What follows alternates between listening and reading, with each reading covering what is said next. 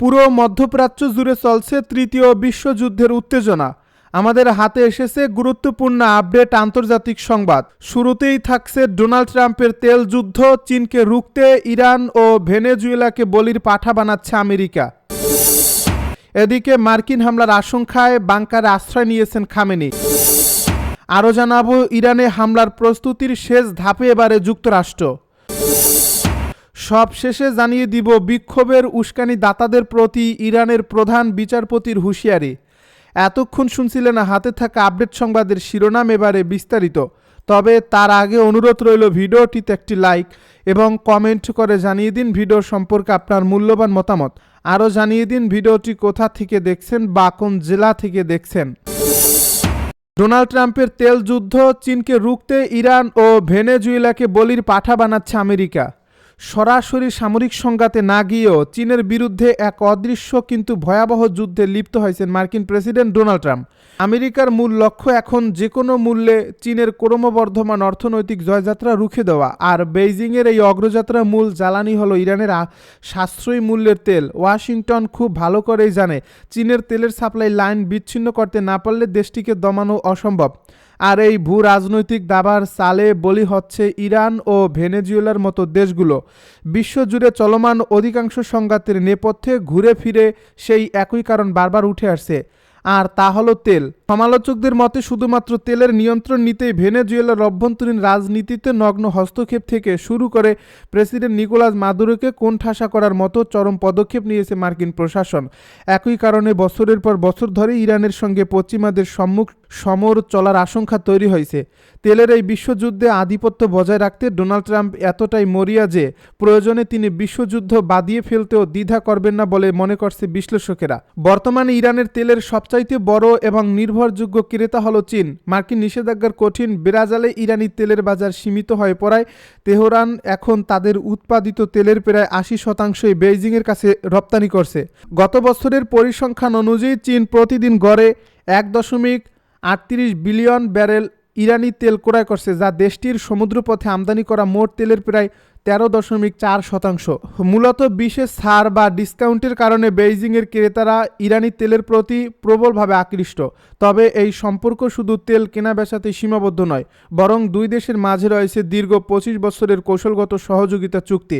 এই চুক্তির আওতায় তেলের বিনিময়ে ইরানের সামরিক শক্তি পুনর্গঠনে সরাসরি সহায়তা করছে চীন।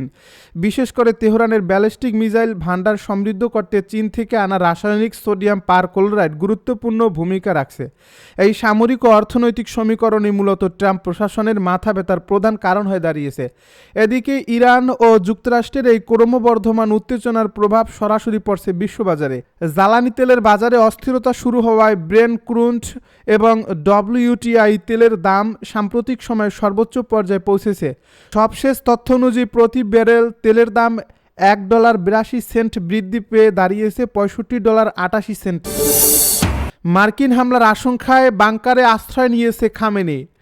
যুক্তরাষ্ট্রের সম্ভাব্য সামরিক হামলার আশঙ্কা বাড়তে থাকায় ইরানের সর্বোচ্চ ধর্মীয় নেতা আয়াতুল্লাহ আলী খামেনি রাজধানী তেহরানের একটি বিশেষ ভূগর্ভস্থ নিরাপদ আশ্রয় বা বাংকারে অবস্থান নিয়েছেন।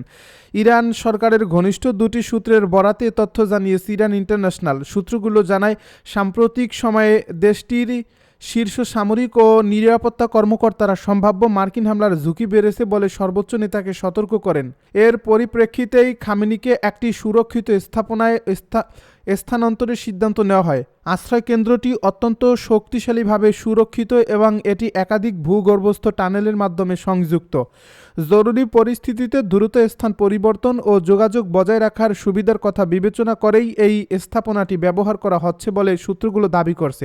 এদিকে খামেনির দপ্তরের দৈনন্দিন কার্যক্রমে উল্লেখযোগ্য পরিবর্তন এসেছে। সূত্রের ভাষ্যমতে সর্বোচ্চ নেতার তৃতীয় পুত্র মাসুদ খামেনি বর্তমানে তার দপ্তরের দৈনন্দিন ব্যবস্থার দায়িত্ব পালন করছে। তিনি কার্যত নির্বাহী শাখাগুলোর সঙ্গে যোগাযোগের প্রধান মাধ্যম হিসাবে কাজ করছেন।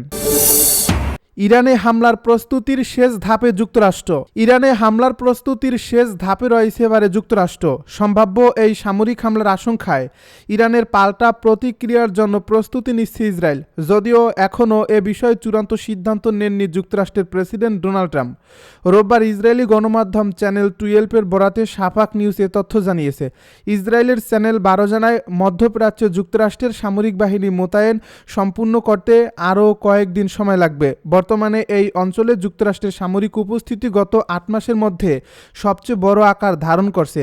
এই মোতায়েনের অংশ হিসেবে আনা হয়েছে বিমানবাহী রণতরী ইউএসএস আব্রাহাম লিঙ্কন, একাধিক গাইডেড মিসাইল ডেস্ট্রয়ার ও ক্রুজার, যুদ্ধবিমান স্কোয়াড্রন এবং উন্নত আকাশ ও ক্ষেপণাস্ত্র প্রতিরক্ষা ব্যবস্থা।